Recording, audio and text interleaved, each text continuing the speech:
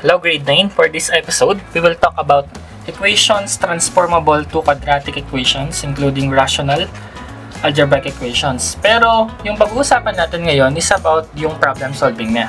Okay, so yung application. So I have here two problems. So try nating i-resolve gamit yung concept ng quadratic equations. Let's start with the first one. So the length of a rectangle is 5 cm more than, so may relationship sila ng kanyang width, and the area is 50 meters squared. Find the length and the width of the rectangle. So that's it. And find the mathematical, make a mathematical statement, sentence, and transform it to standard form of the quadratic equations. Ax squared plus bx plus c is equal to 0.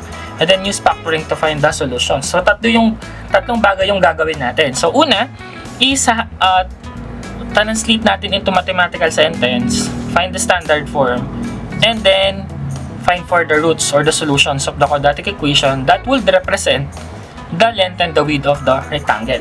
So start na natin sa una natin. So syempre, ito muna yung una natin gagawin, mathematical sentence muna, tapos standard form, and then yung solution. Okay? So start muna natin sa first statement niya. The length of rectangle is 5 more than its width. So therefore, kung ano man yung width ng rectangle natin, ipa-plus 5 natin yun yung magiging length.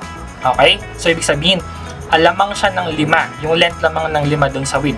So the first step that we need to do is to represent first the width in order to find for the length. So let's have using variable. Well, of course, standard form is ax squared. So gagawin na rin natin x yung ating width.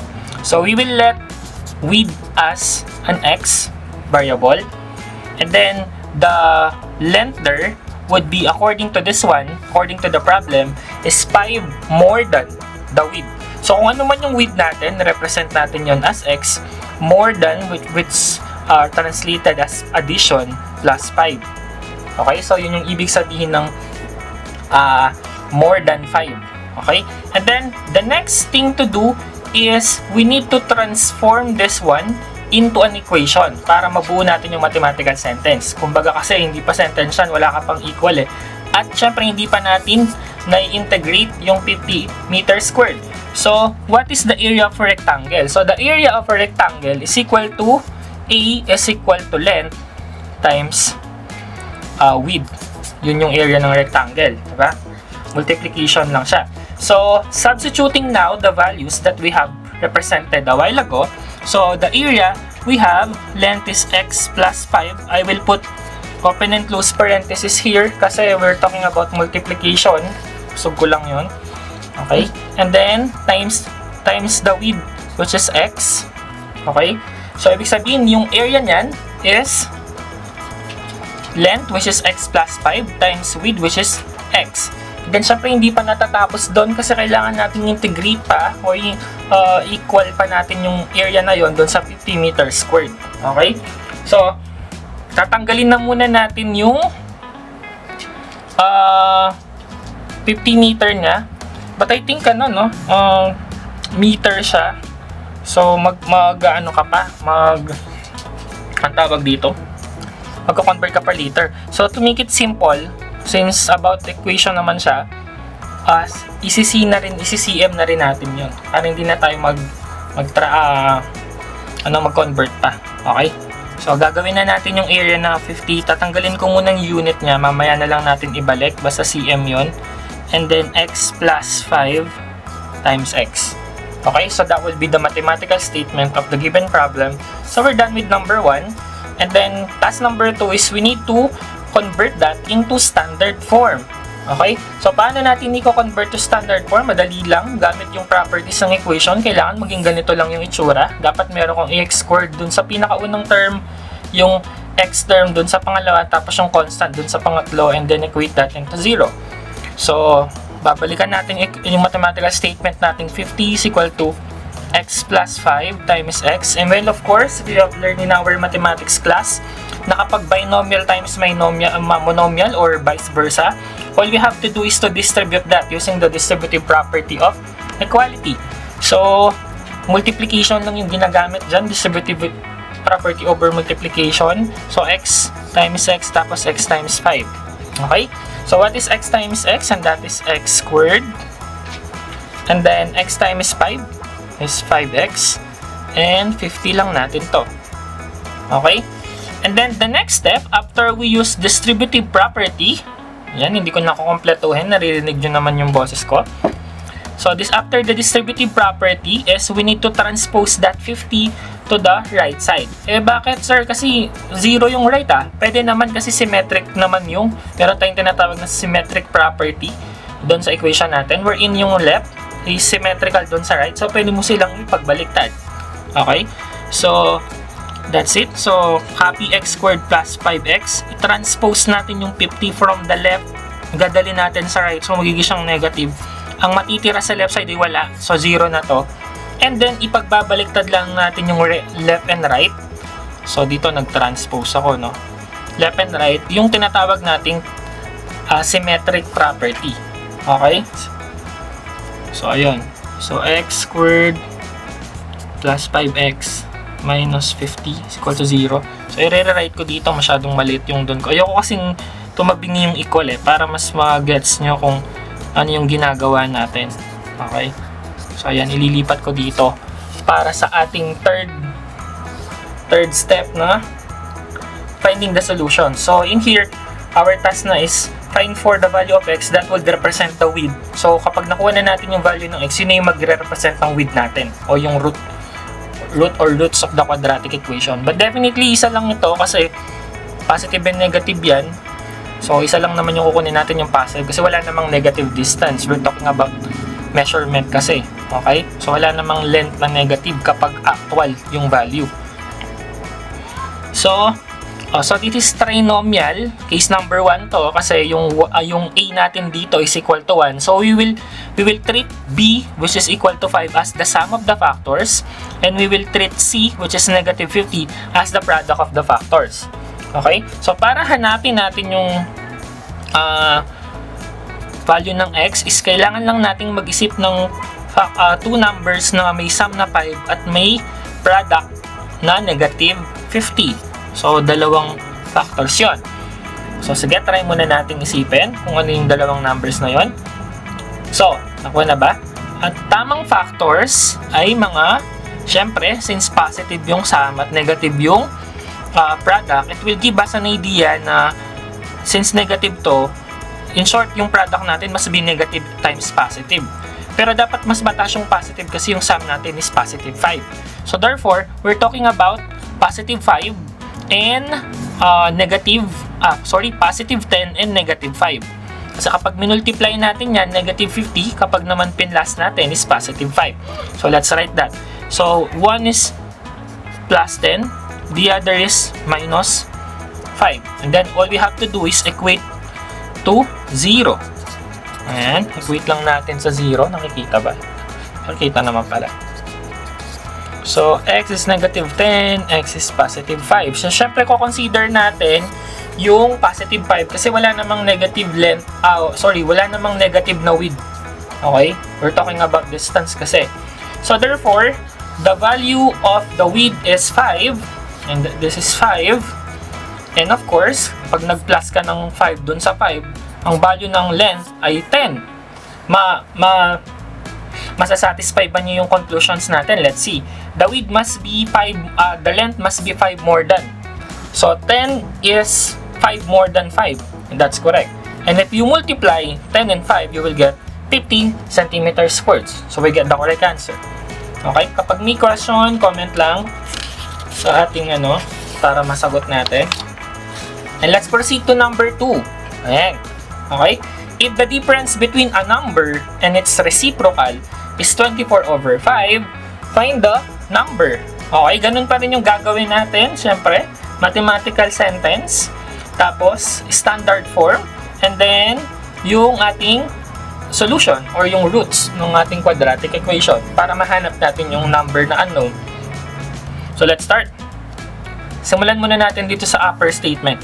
If the difference, so we're talking about subtraction here, and a certain number which we will represent it as x kasi we're talking about standard form na ax squared. Okay? So, and then the reciprocal. Okay? Ano ibig sabihin ng reciprocal? When we when we reciprocal is referring to interchanging the numerator and the denominator of a given number of a given fraction, and is interpreted as equal. Okay? So in short, difference of a number and its reciprocal. Ano ba reciprocal ng x? X is x over 1. So therefore, the reciprocal of x over 1 is 1 over x. That's equal 24 over 5. Now, let's convert that into standard form. So, syempre, kailangan muna nating mag-get rid yung dalawang denominator natin dito. Dapat yung dalawang fraction natin to maging whole number kasi wala na over 1 yung sa standard form eh. So, anong technique dyan? Multiplication property lang. Hanapin lang natin, over 1 mo lahat. Hanapin lang natin yung LCD ng 1x5 and obviously that is 5x. Tapos, imumultiply lang natin lahat ng terms sa 5x. Okay? So, that is x times 5x minus 1 over x times 5x is equal to 24 over 5 times 5x. And then, of course, yung in-expect natin dyan, makakancel dapat yung denominator. Okay? So, this is 5x squared minus makakancel yung x. That's 1 times 5 is 5. Makakancel yung 5 dito. Ang matitira x. So, this will be 24x. Okay, so kung mapapansin natin, using multiplication property, is wala na tayong fraction. Or yung fraction natin, yung denominator natin is lahat 1 na. So we can convert that now into standard form by transposing 24x to the left side of the equation. So ito pa rin yung equal natin. So 5x squared. Ito hindi natin tinranspose, so mananatili siyang positive. Yung 24 na positive, yun yung ililipat natin. So magiging siyang negative 24x. And also 5, hindi natin siya itatranspose, so mananatili siyang negative. And then, ang matitira sa right side natin ay 0 na. So, this is trinomial na. Trinomial case number 2 yan. Paano natin malalaman na case number 2? Kasi, yung a natin dito is hindi na siya 1 or negative 1. Okay? So, kapag ganyan, usually, trial and error yung ginagamit, or for the sake of this discussion, we will discuss the AC method. So, ang first step is identify muna yung ABC. At yung C natin dito is negative 5, A is 5. Then B is negative 24. Yan, sunod-sunod lang yan, ABC. Tapos first step, we need to find the product of A and C. Kaya tinawag siyang AC method. So, i-multiply natin yung A and C, which is 5 times negative 5, and that's negative 25. Okay? The next step is to factor AC or negative 25 such that the sum is the B, the negative 24. Parang kanina lang din, yun nga lang ito kasi hindi kailangan na natin i-consider yung A kasi hindi na siya 1 lang. Kanina kasi B and C lang eh kasi automatic yung E mo 1. Okay? So pag may value na yung A, we need to consider also. So, we need to factor negative 25 such that the sum is negative 24. That's obviously ano yung magiging sum and product natin. So, negative yung product.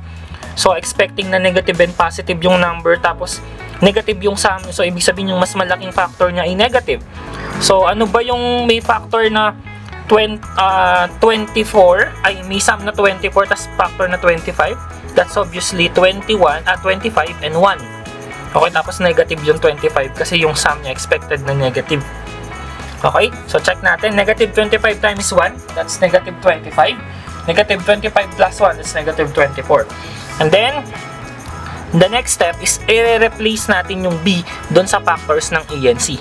Okay, so instead na negative 24x, gagamitin natin yung negative 25x saka yung positive 1. So, that's the plan. Positive 1x or simply x tas minus 5 is equal to 0. Okay, and then we will group into 2. Pero kahit yung magkatabi na lang para hindi na masyadong lumayo yung discussion natin. Basta ang goal mo lang dito, kasama yung 25x. Ang goal mo lang dito, dapat yung may may common monomial factor sila. Pwede rin naman yung 5x squared tsaka yung x, pwede rin naman yun. Tapos 25 tsaka 5 may common factor naman. So it doesn't matter, isang sagot lang naman yung mag-a-arrive dyan. So, factors of 5 and 25, that's 5. X squared and x, that's x. Then, we get the common monomial factor. 5 over 5 is 1. X squared over x is x. Minus 25 and 5, that's 5. X over x is 1. So, yun yung factor niya. Kasi wala ka nang mapapala dun sa x minus 5 kasi yun na yun eh. Okay? And then, kung mapapansin natin, paano mo malalaman na tama yung ginroup mo, dapat magkakaroon ka ng common binomial factor. Or hanap ka ng ibang pair na dapat meron kang common binomial factor. So, ipa-factor out natin yung x minus 5 sa dalawang factor natin kanina. So, ang matitira dito ay 5x. Ang matitira dito ay 1. Obviously, 1 yun. Or x minus 5 over x minus 5 is 1. Dividing itself is 1. Ayan. And then, equate those factors into 0. Yung x minus 5, let's equate to 0. Tapos, yung 5x plus 1 is equal to 0. And then, with transpose, x is equal to positive 5. And with transpose 1, negative 1, divide both sides by 5. That's negative 1 over 5. So, there are two possible answers, 5 and negative 1 over 5. Now, let's check. Bibigyan ba tayo ng difference na 24 over 5? Let's check. Okay. Simulan muna natin dun sa 5. Kumamit ako ng ibang paper para ma-check natin. So, kanina, yung mathematical statement natin is that x minus 1 over x must be equal to 24 over 5. Now, let's check for x equal to 5. Will it give us 5 minus 1 over 5? Mag-a-arrive kaya tayo dun sa 24 over 5. Let's check. So, let's find for the LCD. And then the LCD is 5. Question mark pa rin dyan. Di pa tayo sure eh. Now, 5. This is 1. 5 divide 5 is 5 times 5, 25. 5 divide 5 is 1 times 1, 1. So, minus 1. So, this is obviously 24 over 5. So, therefore, the value of x is really 5. Okay? Check naman natin yung kabila. Yung negative 1 over 5. So, x, that's negative 1 over 5, minus the reciprocal. What's the reciprocal? 5 over negative 1. Okay, or kahit saan mo dalhin yung negative, okay lang naman yan kasi positive over negative or vice versa, it will still give you a product of negative. Will it be equal to 24 over 5? Let's check. LCD is 5. 5 divide 5 is 1 times negative 1 is negative 1. 5 divide negative 1 is negative 5 times negative 5, that's positive 25. Mukhang nakikita na natin kasi negative 1 plus 25 is 24 over 5. And that's correct. So therefore, there are two possible numbers wherein when you get the difference and its reciprocal will be equal to 24 over 5. The first answer is 5. The second one is negative 1 over 5. Thank you.